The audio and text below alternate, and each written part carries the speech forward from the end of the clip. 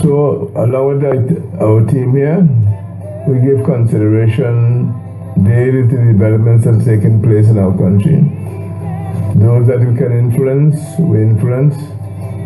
And those that we have to take a stand against, we'll take a stand against it. But the determination must be made at point by point exactly how we are going to approach matters. Taking into account, I've heard a lot of people, call me and say, you must do that, and you must do that. But you say, I can't help you because my child has a scholarship. Exactly. I have a lot of that to deal with on a daily basis. People call me and say what you must do and what to do, but they're not prepared to be there. And they'll tell you, well, my daughter has a scholarship, or my son working here, or that. There's a lot of that in St. Vincent and the Grenadines. I don't fool myself with those things. In a lot of cases, there are people there who are very, very poor, who are more likely to take a decision like that than some of the other people who keep talking about it all the time. So I'll make judgments as we go along with the team of us. And when we decide we should do X, we'll do X. When we decide we should do Y, we'll do Y.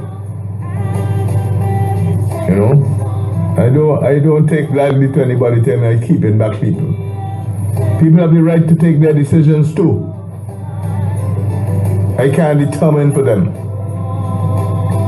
And a lot of people have those kind of views. But very few of those who talk like that we see in the picket line right now. Very few of the people who make those comments, they're not on the picket line. And I want to make that very clear. So I don't respect people's views and so on. I, along with the people in the Double Cabinet, will make a decision as to what we do as the issue develops. I'm not going to be pushed by anybody. We'll assess the situation, and at the time that we think appropriate, we'll take certain actions. I want to be very clear. The amount of people who have called me and say, well, they should do this and they should do that. I've never seen them anywhere near the picket.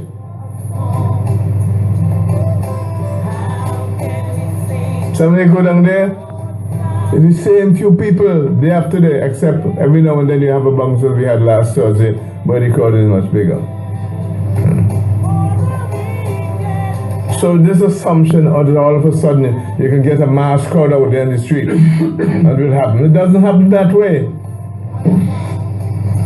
A lot of people are concerned about their own safety and the safety of their families and their people's jobs.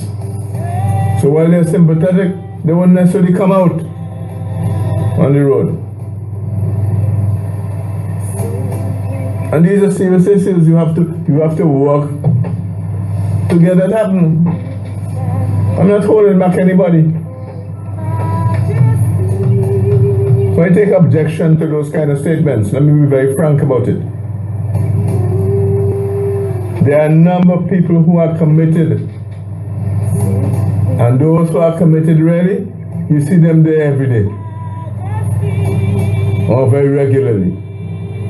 A lot of those who talk, I've never seen them there.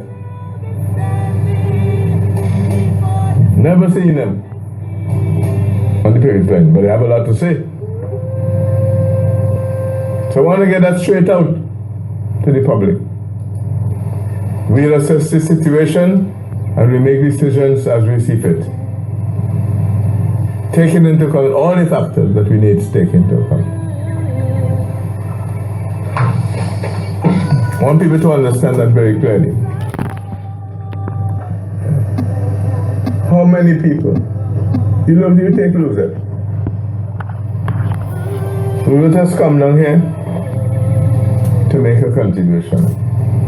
She tells me she has to take 6 months. She's not going back. Until she has accomplished what she thinks needs to happen here in St. Vincent. But right here in St. Vincent, people who have the necessary background and so on, they would not be seen dead near the picket line for fear of something to do with their family and so on. So we will make a determination exactly what steps we take as the circumstances develop. I want to make that very clear. Okay, Eustace. Let me thank you as usual for joining us on a Monday on the New Times program. Much appreciated.